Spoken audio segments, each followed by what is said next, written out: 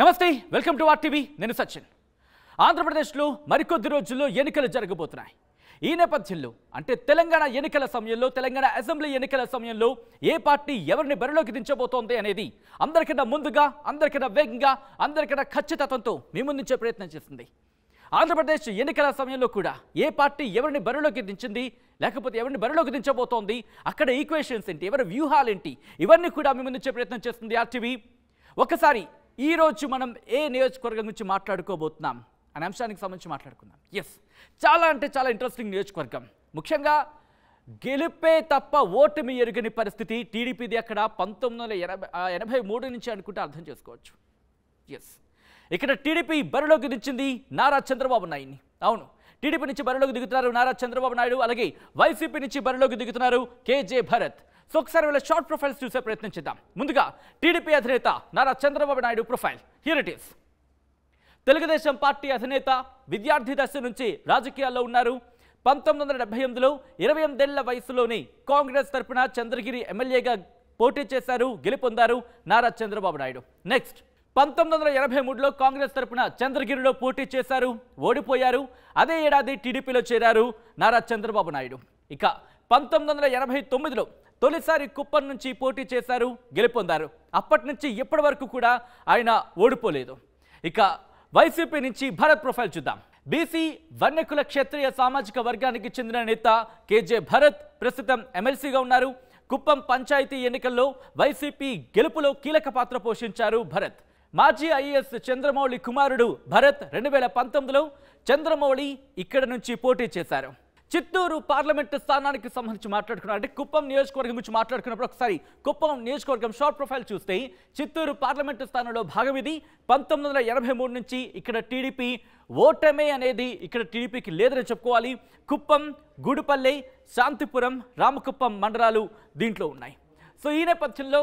ఇక్కడ 1983 నుంచి కూడా ఓటమే లేకుండా ప్రయాణం చేస్తోంది టీడీపీ ఈ నేపథ్యంలో అక్కడ ఈక్వేషన్స్ ఏంటి ఈసారి వైసీపీ వ్యూహం ఏంటి భరత్ని అక్కడ బరిలోకి దించడం వెనకాల వ్యూహం ఏంటి గెలుపు అవకాశాలు ఏ విధంగా ఉన్నాయి ముఖ్యంగా ఎవరి వ్యూహాలు ఎవరి ప్రతి వ్యూహాలు ఏంటి తెలుసుకునే ప్రయత్నం చేద్దాం మా ప్రతినిధి లోకేష్ మరిన్ని వివరాలు అందిస్తారు లోకేష్ ముఖ్యంగా కుప్పానికి సంబంధించి మాట్లాడుకుంటే దాదాపు ఇఫ్ ఐఎమ్ నాట్ రాంగ్ 40 ఏళ్ల పాటు సుదీర్ఘంగా అక్కడ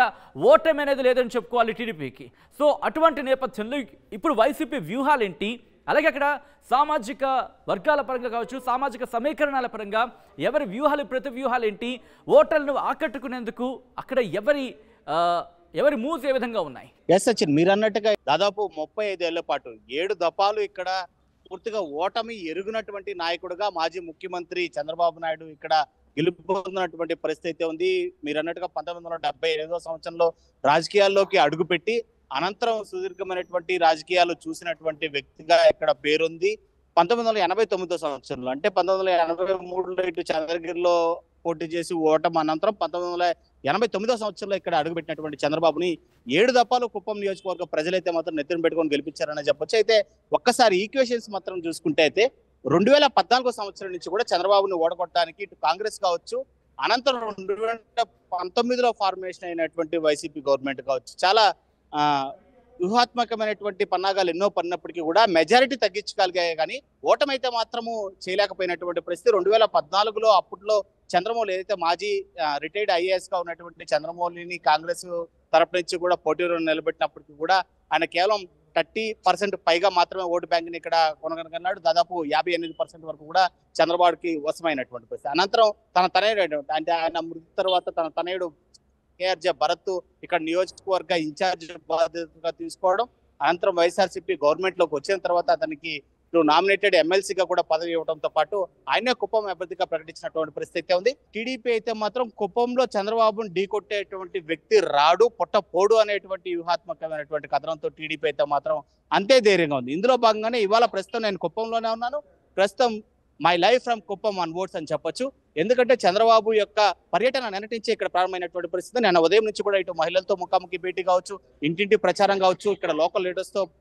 భేటీ కావచ్చు ప్రతి ఒక్కటి కూడా చంద్రబాబు ఇక్కడ బిజీగా ఉండేటువంటి పరిస్థితి అయితే ఇక్కడ ఇంకొక కోణంలో ఆలోచించాల్సిన పరిస్థితి ఎందుకంటే 1989 సంవత్సరంలో మొదటిసారిగా కుప్పం నియోజకవర్గం నుంచి ఎమ్మెల్యేగా పోటీ చేసేటువంటి చంద్రబాబు ఏదైతే నామినేషన్ వేసిన తరువాత ఒక్కసారి ప్రచారానికి వచ్చినటువంటి నేపథ్యం ఉంది. కానీ అనంతరం ఆయన సీఎం అయిన తర్వాత కావచ్చు, ప్రతిపక్ష నేతగా ఉన్నప్పుడు కూడా కావచ్చు, కుప్పంలో నామినేషన్ వేసిన తర్వాత ఏనాడు కూడా ఇంటింటి ప్రచారం చేయనటువంటి పరిస్థితి. అయితే ఇవాళ కొత్తగా అంటే 1,00,000 ఓట్లే లక్ష్యంగా ఏదైతే టీడీపీ కేడర్ అంతా కూడా ఇదే బ్యానర్స్ కావచ్చు లేదా స్లోగన్స్ కావచ్చు చెప్తున్నటువంటి పరిస్థితి. ఖచ్చితంగా కుప్పం వైనాట్ 175 అజెండాతో వైసీపీ ఉంటే, టీడీపీ అయితే మాత్రం కుప్పంలో ఎందుకు 1,00,000 మెజారిటీ రాకూడదు అనేటువంటి అజెండాతో కొనసాగుతున్నటువంటి పరిస్థితి. సో ఇన్ని ఏళ్ల తర్వాత 35 ఏళ్ల తర్వాత చంద్రబాబు ఇంటింటి ప్రచారం అనేది ఇక్కడ నిజంగానే హాట్ టాపిక్ గా మారిందని చెప్పొచ్చు. ఇటు అధికార పార్టీ నేతలైతే మాత్రం చంద్రబాబు మేము చేసినటువంటి అభివృద్ధికి భయపడి ఇంటింటి ప్రచారం చేపడుతున్నట్టున్నారు. అయితే టీడీపీ అయితే మాత్రం ఇంకా మెజారిటీ పెంచుకోవడానికి చంద్రబాబు ఇక్కడికి వచ్చారని చెప్తున్నారు. అయితే మొత్తం మీద కుప్పంలో ఏం జరగబోతుంది, 1,00,000 ఓట్ల మెజారిటీ రాబోతుందా లేకపోతే మెజారిటీ తగ్గబోతుందా అనేది మాత్రం వేచి చూడాల్సినటువంటి పరిస్థితి. Sachin right Lokesh, thanks for update. So మొత్తంగా అయితే మాత్రం కుప్పం నియోజకవర్గానికి సంబంధించి మాత్రం ఆ ఉత్కంఠ కొనసాగుతుంది. ఎందుకంటే దాదాపు 40 ఏళ్ల పాటు ఓటమి లేదని చెప్పుకోవాలి టీడీపీకి అక్కడ. అటువంటి నేపథ్యంలో ఈసారి వైసీపీ మాత్రం వ్యూహాలతో ముందుకు వెళుతోంది. ఎలాగైనా సరే భరత్ని గెలిపించుకోవాలంటే కూడా వైసీపీ అక్కడ ప్రతి వ్యూహాన్ని సిద్ధం చేసుకుంటూ ఉంటే కనుక ముఖ్యంగా చంద్రబాబు నాయుడు టీడీపీ అధినేత, అలాగే ఆంధ్రప్రదేశ్ మాజీ ముఖ్యమంత్రి నారా చంద్రబాబు నాయుడు కూడా టీడీపీ కార్యకర్తలు కావచ్చు, లేకపోతే అక్కడ టీడీపీ క్యాడర్ అంతా కూడా 1,00,000 ఓట్లే లక్ష్యంగా ముందుకు వెళుతున్న పరిస్థితి. సో ఏం జరగబోతోంది? 1,00,000 ఓట్లే లక్ష్యమా, లేకపోతే భరత్ విజయఢంకా మోగిస్తారా? అక్కడ ఏం జరగబోతుంది? చరిత్ర తిరగ రాస్తారా? ఏం జరగబోతుందనే ఒక ఉత్కంఠ మాత్రం కొనసాగుతోంది. సో చూద్దాం జూన్ 4న ఫలితాలతో.